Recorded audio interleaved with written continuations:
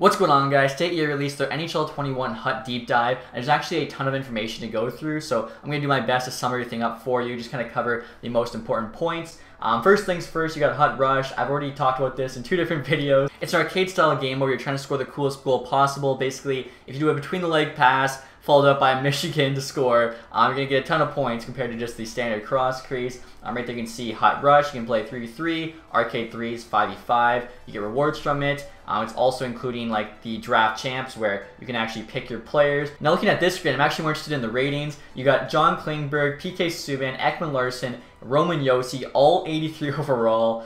I don't know about that one. I mean, I know HUD ratings are different than the regular game, plus there's a chance these aren't final, but Josi should be like an 85. Ekman Larson, Klingberg 83s, and then Subban probably like an 82.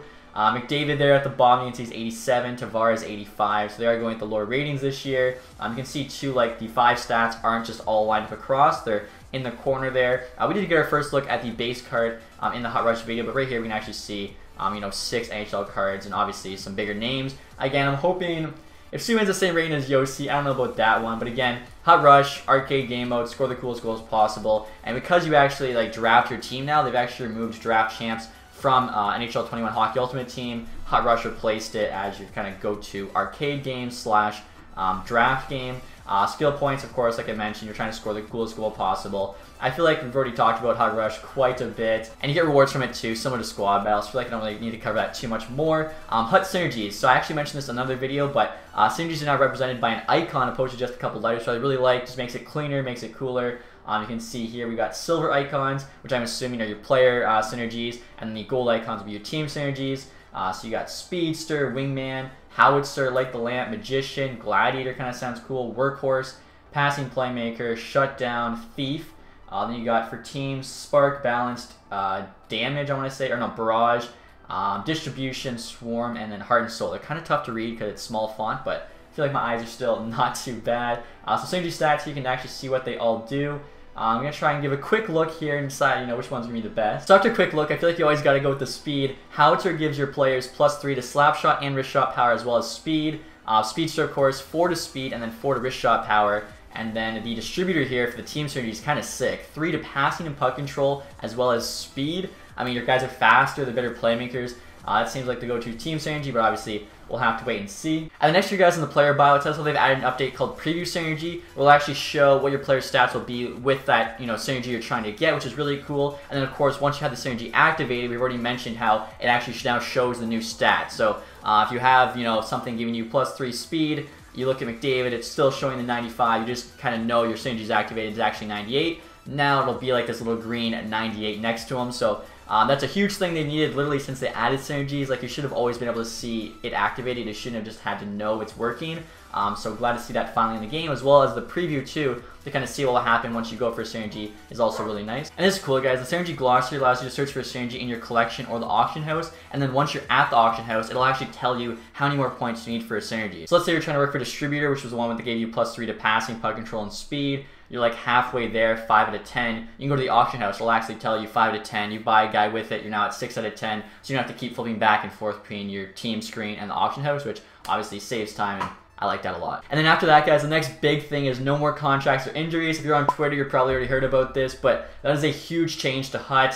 We've had contracts for sure, and maybe even injuries, since HUD first started back in NHL 11, so 10 years ago. I remember actually too, like, you would get these big 80-game contracts that were worth a lot more than players, as you actually had like a limited number of games to play with a player back when HUD came out. So completely doing away with that now. When you get a player, never have to put a contract card on him, nor do you ever have to put an injury card on him, although he can get injured in game, but at the end of the game, he'll be healthy again. So if a guy gets absolutely rocked, he can still leave the game with an injury, but your next game, he'll be healthy again. You don't have to put the injury card on him. So honestly, I think that's a good addition to HUD. One of the things I probably hate most about HUD is all like the little micromanaging. I have to add some contract cards, add some healing cards. When you're trying to, fill out a synergy, as we mentioned, going back and forth between the auction house, all these like little things that just take a bunch of time and are not fun. I'm glad to see them doing away with that, just trying to, keep the core fun things in HUD.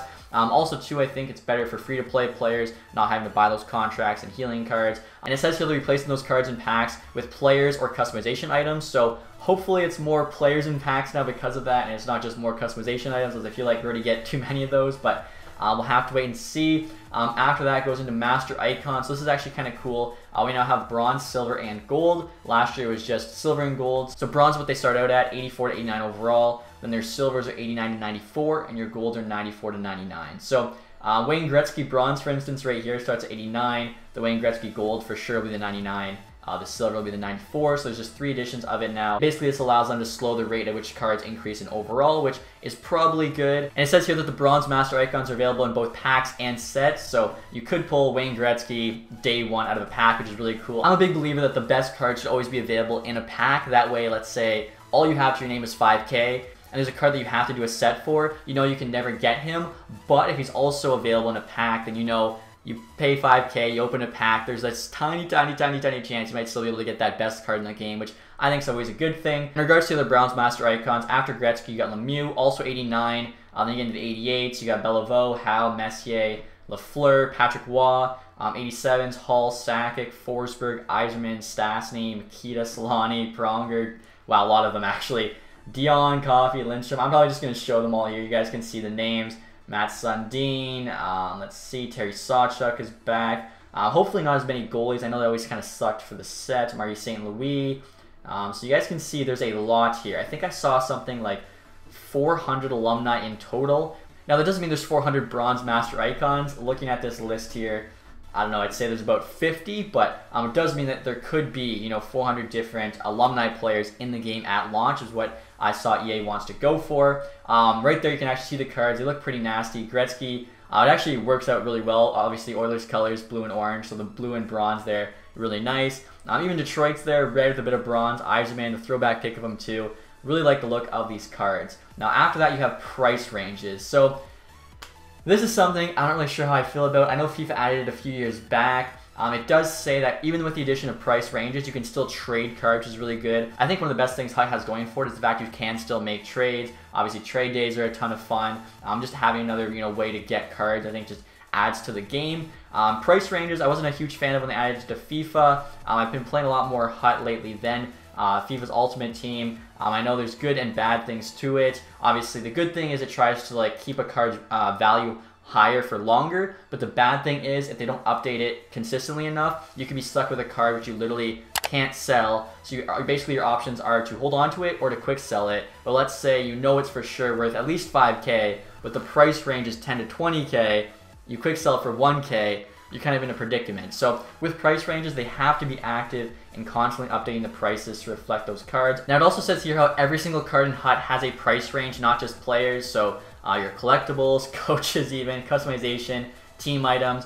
Thing like, team items, for instance, some logos and jerseys have a really high value, even, 20, 30K, while others are worth nothing. So hopefully those are things where, the minimum is literally 100 coins, but the maximum is say like 35,000. As a lot of the cooler jerseys and logos can be that expensive, and I doubt they're going to go through every jersey and logo, so hopefully all of them just have a big range like that. It also says how they've added shortcuts to allow you to quickly set the starting price or buy now price to the minimum or maximum price when listing in the auction house, which is nice as, one of the things that takes a lot of time, isn't really fun, it's just sitting there scrolling, listing your item for a certain price. The thing is though, it only has a shortcut in regards to the min or max price range. If you want it somewhere in the middle of that, it's still going to probably have to take that time to scroll. But like I said, overall, price ranges definitely have their advantages and their disadvantages. I guess we'll just have to wait and see how it works out in HUD. Right now, I'd say I'm probably cautiously optimistic, but I do like the fact that you can still trade. So the FAQ pretty much covers everything I already mentioned. It says how price ranges are in there so people have an idea of what a card's worth. Basically, if you do pull a Gretzky Day 1, you never played HUD before, you list him for 100K thinking that's a lot, but really he's worth $1 million, something like that. Also, it says how it helps for coin selling, so people can't get ahead that way. As well, too, it mentions how you still can trade and items with limited time value. So, say a seasonal collectible, like a Halloween or Christmas collectible, will have a value that makes sense during that time, and it'll plummet when that's over. And it says how they're reviewing the data to see what the price ranges should be. So hopefully, like I said, that works. I'm sure they can just use whatever method or whatever FIFA uses. I'm not sure how accurate FIFA's is, but hopefully it works for NHL. Now after that, guys, we got some really good news. Team building sets are finally back. You'll be able to redeem all players rated 83 overall or below for each team. Get a special 85 overall player. Now the 85 overall player you get is not tradable, but you usually get packs with that player as well, and obviously what you pull in the pack is tradable, as I'm sure if all you're getting is an 85 and you have to trade in, say, 283s, it's probably not worth it, especially if those 283s are tradable. But if you get an 85 plus 10 packs or whatever it is for whatever team, definitely it is. Other notes here, retry options and HUD solo challenges is actually really good. You can now actually just pause the game after you failed, say there's 3 things you have to do or just the one thing, and just restart it without having to play through the whole thing or having to quit out, go to the menu, get back in. As well, too, if you realize you failed kind of right at the end, you can just retry there from the exit screen. So again, something to save you time. That was one thing. Like, you'd be trying.